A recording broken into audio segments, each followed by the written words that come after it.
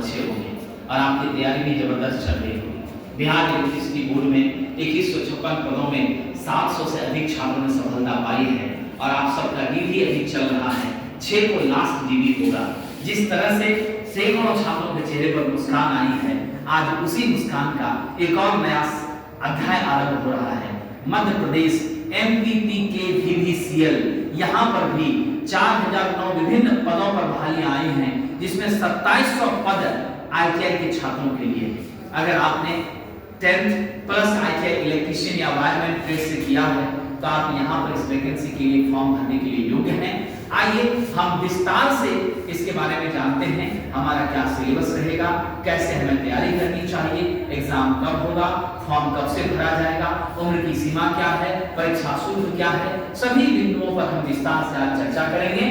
और आप सब लोग जिन भी छात्रों से मेरा वही प्रेम है, उन छात्रों से भी जो चयनित हुए, जो कुछ मार्क्स से असफल रह गए, उनके लिए भी एक सूचना का संदेश है कि वो लोग अपने आप को हताश निराश न समझें। ये मौका उनके सामने आया है, इस मौके का वो फायदा उठाएं और अपनी मेहनत का यहाँ पर अध्याय नया इतिहास लिखने में काम करें। साथियों, सबसे पहले मैं बता दूं, सहायक अभियंता इस पर मैं चर्चा नहीं करूंगा क्योंकि ये फिलहाल आपके लिए नहीं है, ये बीटेक वालों के लिए है। फिर यहाँ पर सहायक अभियंता सिविल है। मुख्य रूप से जो आप लोगों के लिए है वो पद यहाँ है आपका साहब जी लाइन परिचालक, लाइन अटेंडेंट 2700 पद, ये ITI वाले छात्रों के लिए है। ठीक है। फिर यहाँ पर सिविल परिचालक है, तो सिविल परिचालक पर भी हम विशेष चर्चा फिलहाल नहीं करेंगे। हम मोस्टली 12 नंबर का जो ये है उस पर चर्चा करेंगे 2700 पदों के लिए, जिसमें लगभग 1100 पद युवा के हैं और उसी 1100 पर पूरे भारत के अदर स्टेट के बच्चे फाइट करेंगे। बाकी पद स्थानीय छात्रों के लिए हैं। सबसे पहले मैं बता दूं, हमारे बिहार राज्य के जितने भी अस्थायी निवासी छात्र हैं वो वहां पर युवा कंसीडर किए जाएंगे, उन्हें आरक्षण का कोई लाभ नहीं मिलेगा। ठीक है, पहली बात। दूसरी महत्वपूर्ण चीजें, विज्ञापन, फुल विज्ञापन 20 दिसंबर को जारी होगा। 21 दिसंबर से फॉर्म आरंभ होगा और 21 जनवरी आपका फॉर्म भरने का लास्ट डेट होगा, आप याद रखेंगे। परीक्षा मार्च में आयोजित होगी 2026 में, यानी आपके पास लगभग 4 महीने का समय है जिसमें आप बेहतर तैयारी कर सकते हैं। फिर आपका परीक्षा फल 15 मई को घोषित होगा। आपकी विधि 30 जून से आरंभ होगी। ये डेट इंडिकेटिव बता दिया गया है, इसी के आधार पर आपको अपनी तैयारी को आगे बढ़ाना है। आइए हम आगे बढ़ते हैं। सबसे पहले चर्चा करते हैं कि परीक्षा शुल्क कितना है। तो साथियों ध्यान रखेंगे, युवा कैंडिडेट जो बिहार राज्य के निवासी हैं या मध्य प्रदेश के जो मूल निवासी हैं, अनरिजर्व कैटेगरी में आते हैं, उन्हें 1200 रुपए फी देने पड़ेंगे।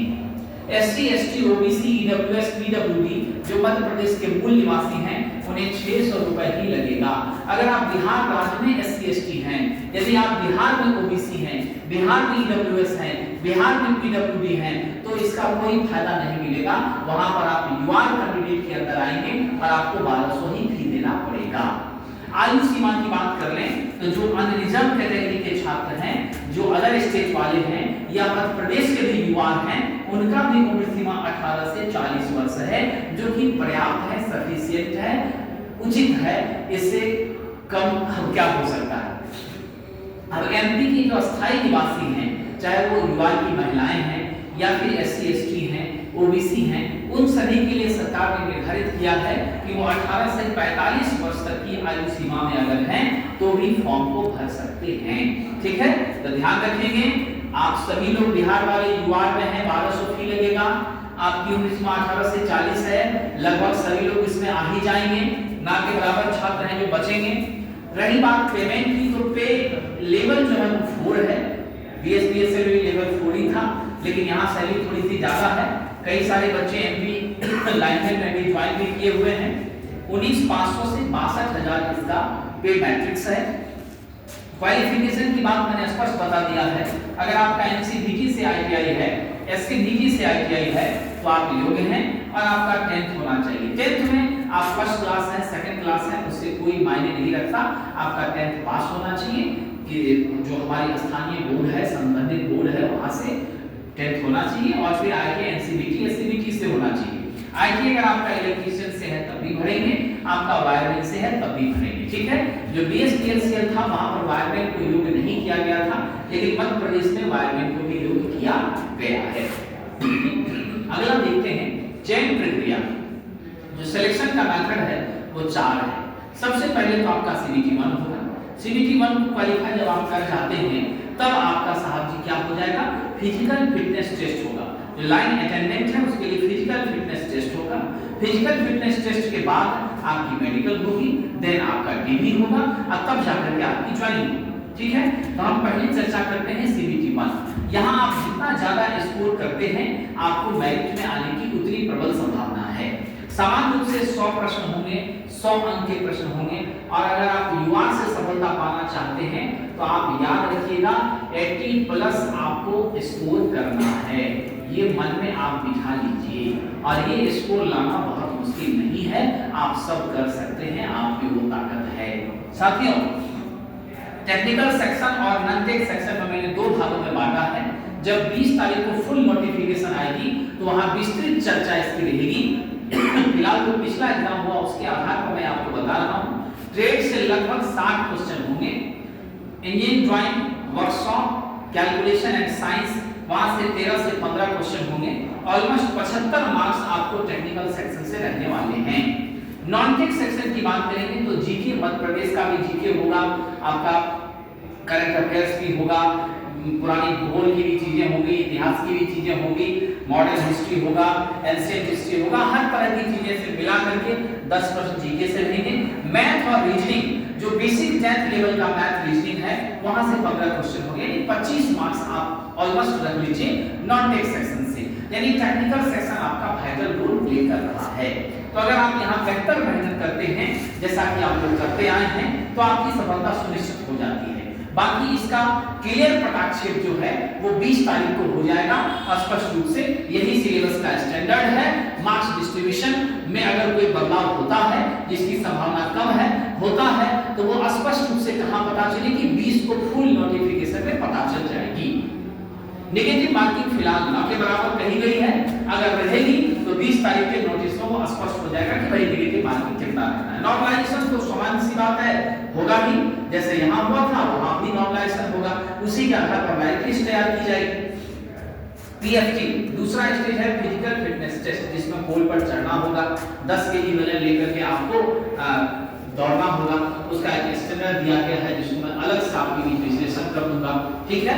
एक बड़ा सवाल होता है, सर लड़कियां इस सब को कर सकती हैं कि नहीं? लड़कियां भी बेहिचक कर सकती हैं, लड़के भी बेहिचक कर सकते हैं। आज किसी भी क्षेत्र में लड़कियां पीछे नहीं हैं। जब आप फिजिकल फिटनेस टेस्ट पास कर जाते हैं तो DV मेडिकल होगा, देन आपका सिलेक्शन हो जाएगा। यही 4 प्रक्रिया से आप गुजरेंगे, आपको नौकरी मिल जाएगी। आइए, टेक्निकल सेक्शन में किन-किन चीजों पर आपको विशेष ध्यान देना है। जो सिलेबस आया है उसमें मात्र 9 चैप्टर ही लिखे गए हैं, लेकिन यह भी लिखा गया है कि अपने डोमेन से संबंधित सभी चैप्टर्स को आप अध्ययन कर लें, क्वेश्चन वहां से हो सकते हैं। तो आइए जरा मैं देख लूं जो प्रश्न पूछा गया है प्रीवियस ईयर में, उसके आधार पर मैंने 13 चैप्टर को छांटा है जहां से ज्यादातर प्रश्न पूछे गए हैं। बाकी और भी जो चैप्टर्स हैं मैं क्लासेस के दौरान उसको भी पढ़ाऊंगा। सबसे पहले है डीसी मशीन, मोटर, जनरेटर, दोनों आपको ध्यान से पढ़ना है। अर्थिंग से क्वेश्चन है, इलेक्ट्रिकल कंपोनेंट जिसमें आपके जितने भी MCB हो गए, डिफरेंट स्विचेज हो गई, आपकी अलग-अलग बल्ब हो गई, लाइटें हो गई, अलग-अलग उपकरण हो गए, वो सब इसके अंदर आ जाएंगे। Induction motor single phase, 3 phase आपका हो गया। केबल से प्रश्न है, वायरिंग आपका डोमेस्टिक वायरिंग, इंडस्ट्रियल वायरिंग, हर तरह का है। मेजरमेंट इंस्ट्रूमेंट से काफी अच्छा प्रश्न रहता है। किसी पेपर में एक चैप्टर से ज्यादा पूछ दिया, किसी में कम पूछ दिया, इसीलिए आपको इक्विलैटरल स्टडी सभी की करनी है, ठीक है। फिर मैग्नेटिज्म से क्वेश्चन देखा गया है। बेसिक इलेक्ट्रिसिटी के अंदर ही आपका रेजिस्टर आ जाता है, इंडक्टर, कैपेसिटर आ जाता है, इसलिए मैंने उसको यहां कंसीडर कर लिया।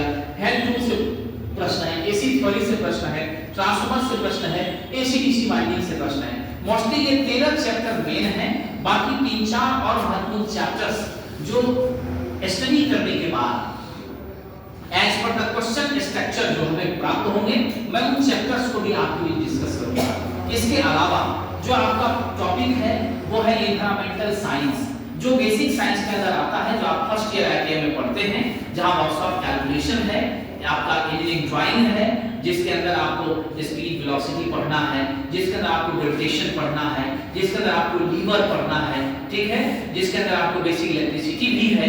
तो ये सारे चैप्टर्स भी आपको एडिशनली पढ़ने हैं। वहां से भी क्वेश्चन आपको 12-13 के आसपास रहते हैं ड्राइंग को मिला करके, ठीक है, 5-7 क्वेश्चन ड्राइंग से रहते हैं। तो ये आपका सिलेबस का मैंने डिटेल आपके बीच चर्चा किया है, जो कि बहुत वास्ट नहीं है।